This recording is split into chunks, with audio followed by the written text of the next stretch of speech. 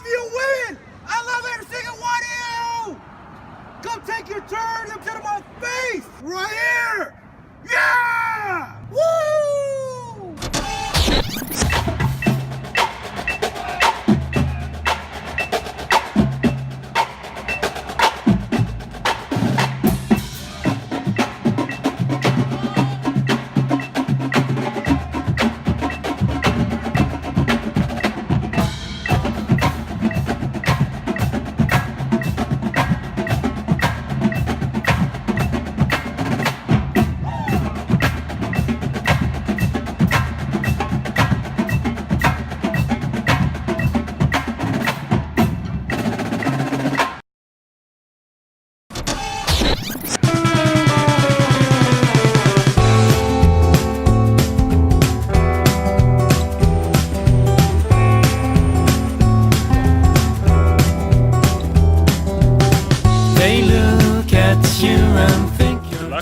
Burger from Dick's. They say you have a monkey To explore.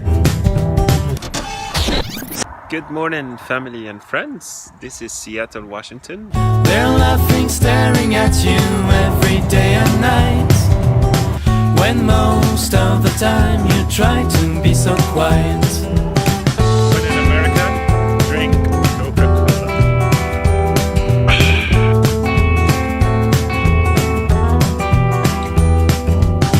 There's ice in their eyes and fire on their skin. They say what should and what should never be, giving advice when they don't. Easy Street, baby. The only coffee in Seattle for $1. Free refill. To let go, and all that you do is just try to forget. All that you're doing is just trying.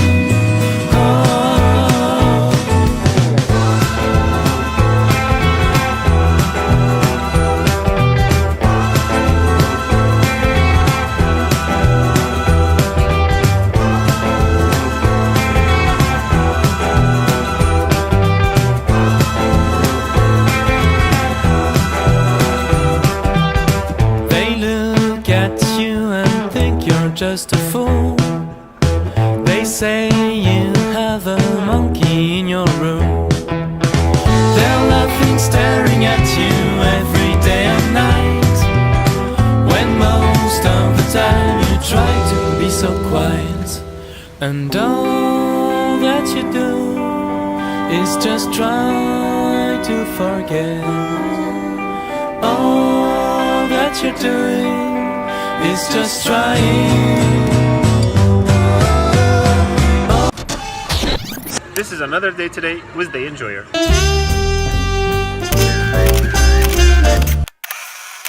How to have a meaningful life. If I ask your mother, what's your son like? What would she say? A manager at Apple asked me during my final interview. I went silent for a few seconds. It's a very tough question and immediately put me under the spot. I didn't get the job at the end of the day, but I learned a lot that I have become so aware of myself and others I come across. Here is a list of the things I learned that give me meaning, sense of being, and make me sleep with a smile at night. People who can see the real me without getting to know me. What does that mean? Most of the people I meet would find me interesting for a few days, then think, oh, this guy is too good to be true, and then they lose interest. Very few remain interested and we become real friends, in which their companionship and camaraderie would mean everything in the world to me. Such people do not formulate opinions or judgments based on how the media and the world feed their minds. Rather, they disengage any sort of outside influence and open their hearts to a person they feel comfortable with.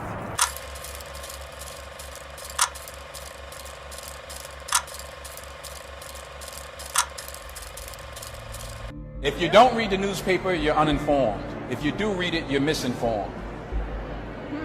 So what do you do? That's a great question. What is the long-term effect of too much information? One of the effects is the need to be first, not even to be true anymore. So what a responsibility you all have to tell the truth, not just to be first, but to tell the truth. We live in a society now where it's just first. Who cares? Get it out there. We don't care who it hurts. We don't care who we destroy. We don't care if it's true. Daniel Goleman explains in his book Emotional Intelligence that we have two minds, a rational mind and an emotional mind. Many times, the emotional mind dominates when the feeling is bigger than the thought. Some people would suppress their feelings because they are affected by the social norm that is fed to us through media, and others would just act upon their true and honest self. When it comes to meeting those people, they are generally older and therefore wiser. Some would be around my age or younger, but they are such a minority. People who enjoy the simple pleasures in life. Many times I find myself striking a conversation with a man or a woman at the bus stop, in the train, the grocery store, at the bar or a cafe. For example, I was once walking home in London at 10 at night when I saw three older men laughing and chatting while drinking tea and sat outside a coffee shop. Good evening. Would you mind if I join you for a cup of tea and some small talk? I was my total self when I made the request. Although their eyebrows is lifted up just below halfway the full extension, they said, "Sure, what would you like to drink?" Vita, Mahmoud and Sharif became my friends in London for the rest of my stay, and we would meet up every night for a cup of tea.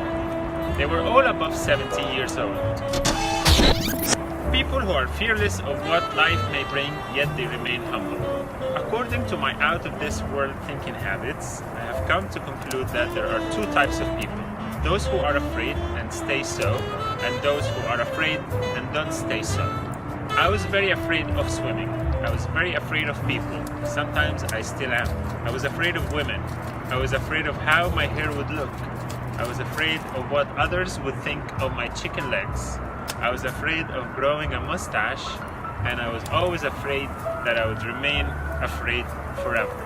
I'm ready. What did I say? You said men are scared of a strong, confident vagina. Oh, well, that I think is true. Yeah. Why? It gets into how they're raised, I'm sure, and their relationships with their own mothers and watching the relationship between their parents. That's a very long explanation that I'm not qualified to diagnose the male population. No, but from your point of view, you can. I feel like men are raised with the idea that they have to be the breadwinners, or they have to always be in control, they have to wear the pants in a relationship, or all these, ridiculous idioms, these things that go along with being a man. I feel like it's hard for them to know how to handle you when you are as smart or as successful, because for some reason women have been painted as these fragile little lilies that have to be tended to, that have to be cared for, and I just think that it's the way that society have raised us. If I reversed that quote to the other side of the coin and said women are scared of a strong, confident penis, would that be right or wrong? With baby steps, I managed to exercise that little insecurity inside of me. Today, I live with no fear about what tomorrow may bring. Lessons learned for being alive for 36 years. Number 1, people in your life will come and go. Very few will stay. Make sure you invest your time and energy in those who stay. Number 2, your heart has two skills, beating and loving. Don't let heartless feelings penetrate those two very authentic blessings. Number 3, have coffee in the morning and fresh croissants. Make sure you devour every sip and every bite. Number 4, work to learn, never work for money. Make sure you work on something you love, and if people ask, "What the heck are you doing?" just tell them, "That's my cocaine, what's yours?" Number 5, be humble to yourself before being humble to others. Yourself is someone who's first and foremost very demanding, egotistic, and hard to manage. By learning how to be humble is the first step down the Empire State Building of treating others. They may give you a lot of unpleasant silent vocabulary, but that's how you become true to yourself. Number 6, speak your feelings before your thoughts. I know this may sound like a Larry David comment, but usually feelings speak better than thoughts. You're a racist! Who the hell is... I knew this was going to happen. Who is that? Trump's a racist!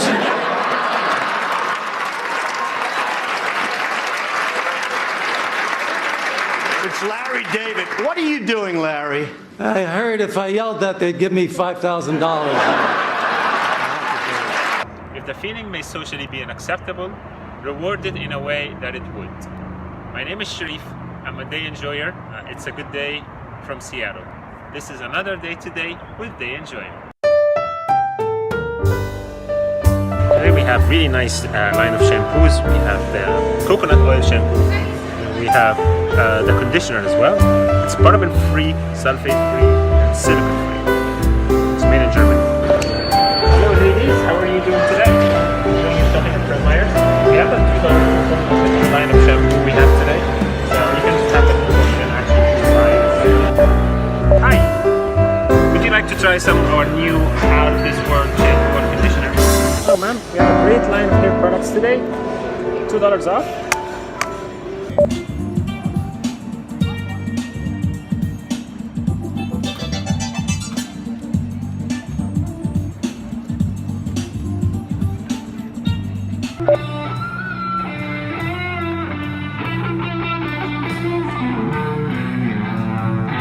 This is unreal. I got my name on the Coca-Cola bottle. Sharif Seda.